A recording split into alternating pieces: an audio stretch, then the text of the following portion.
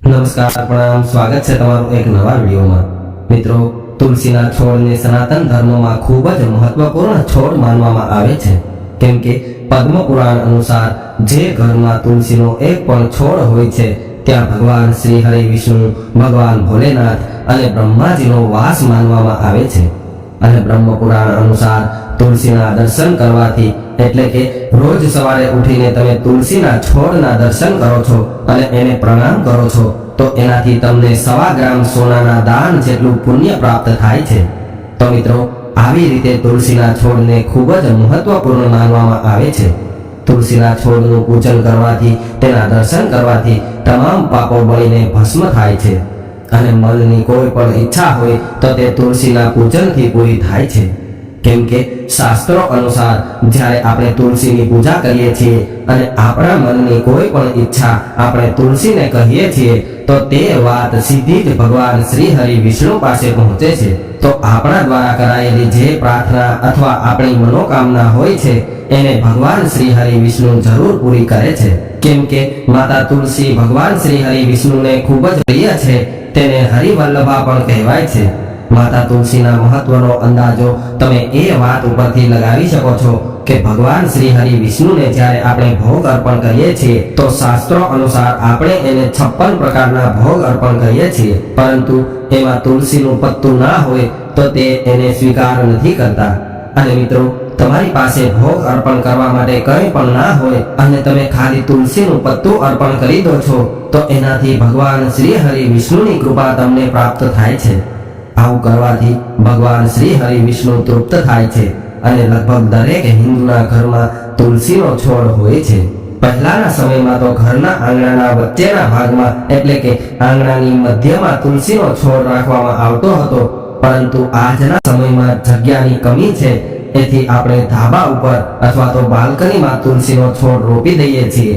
મિત્રો, તમે તુલસીના છોડને ગમે ત્યાં રાખો, પરંતુ એક વાતનું ખાસ ધ્યાન રાખો કે તમારા ઘરની દક્ષિણ દિશા બાજુ તુલસીનો છોડ ક્યારેય ન હોવો જોઈએ। આવું કરવાથી તમારા ઘરમાં ખૂબ જ વધારે પરેશાની આવી શકે છે।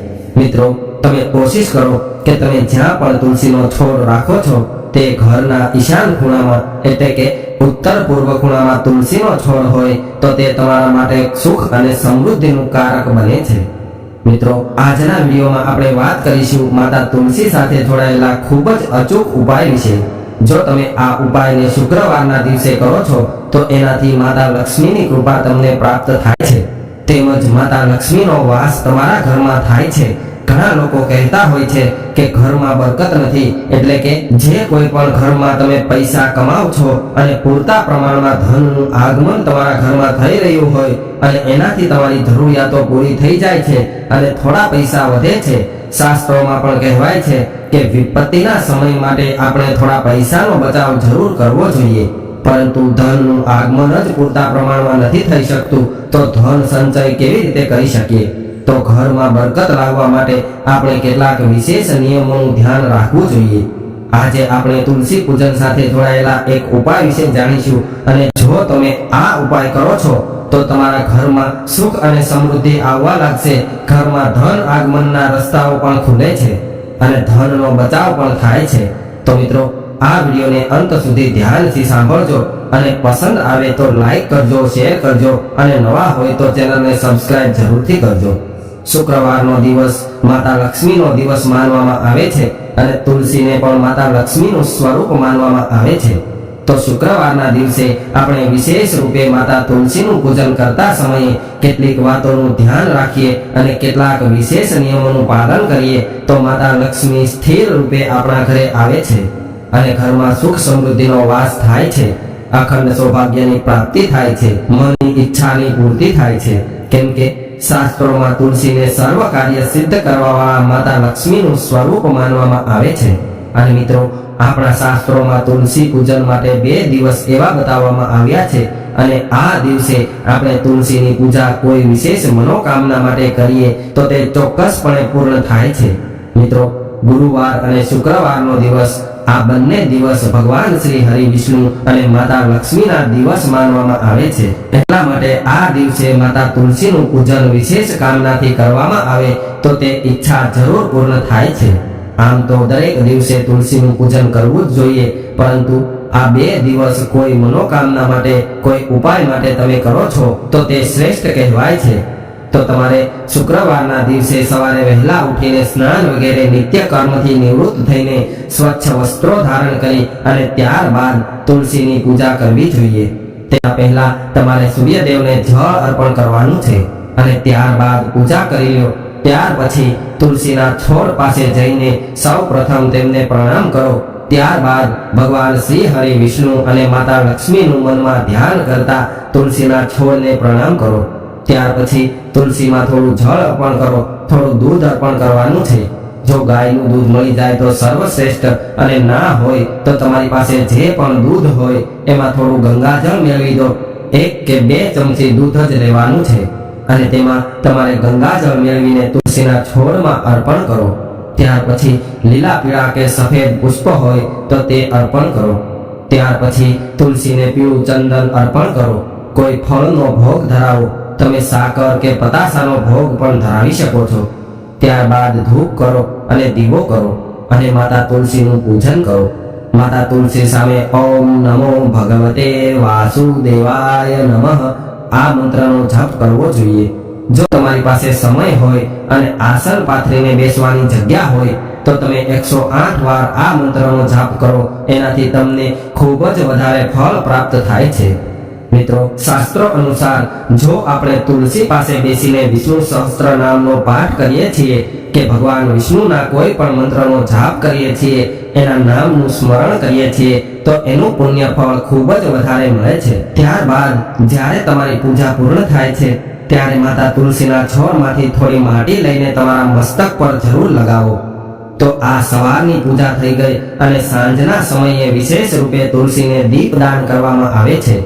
તો શુક્રવારના દિવસે આ ઉપાય કરો અને સાંજના સમયે જ્યારે તમે દીપદાન કરો છો તો પ્રયત્ન કરો કે શુદ્ધ ઘીનો દીવો કરો, અને જો શુદ્ધ ઘી ના હોય તો તલના તેલનો દીવો પણ કરી શકાય છે.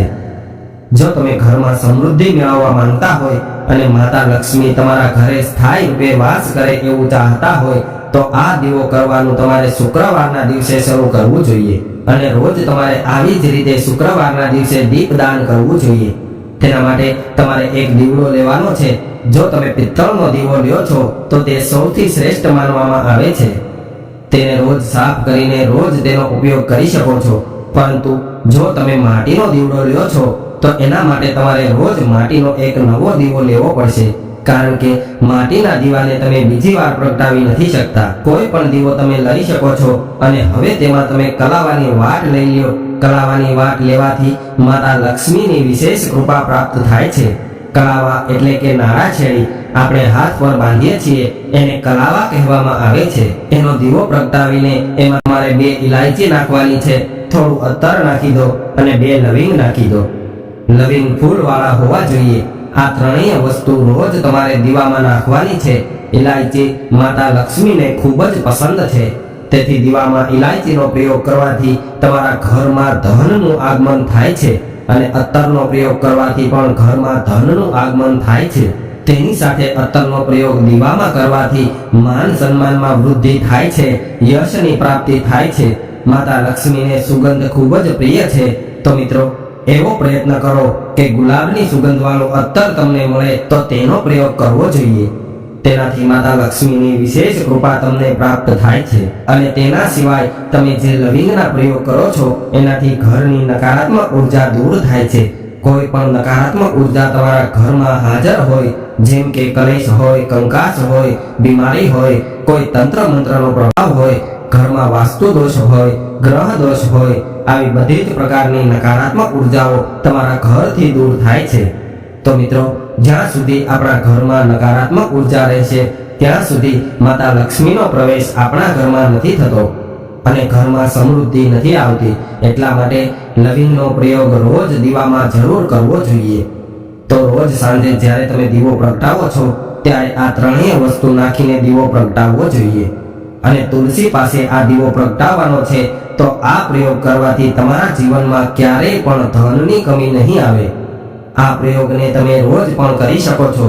તમે દેવામાં ડૂબેલા હોય, ધનનો અભાવ હોય, આર્થિક તંગી હોય, પૈસાનું આગમન ન થતું હોય કે પૈસા આવતા હોય પરંતુ ઘરમાં ટકતા ન હોય અને ખોટા કાર્યમાં વપરાઈ જતા હોય તો આ ઉપાય જરૂર કરવો જોઈએ. મિત્રો, તમારે દૂધ ખાલી ગુરુવાર અને શુક્રવારના દિવસે જ માતા લક્ષ્મીને અર્પણ કરવાનું છે અને આ દીવો તમે રોજ પ્રગટાવી શકો છો.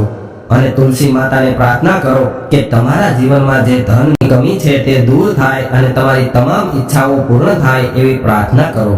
તો મિત્રો, આશા રાખું છું કે તમને આ જાણકારી પસંદ આવી હશે અને જો આ જાણકારી તમને પસંદ આવી હોય તો વિડીયોને લાઈક કરો, શેર કરો અને નવા હોય તો ચેનલને સબસ્ક્રાઇબ જરૂરથી કરજો. ફરી મળીએ એક નવા વિડીયોમાં એક નવી જાણકારી સાથે. ત્યાં સુધી જય શ્રી કૃષ્ણ, રાધે રાધે, જય તુલસી માતા.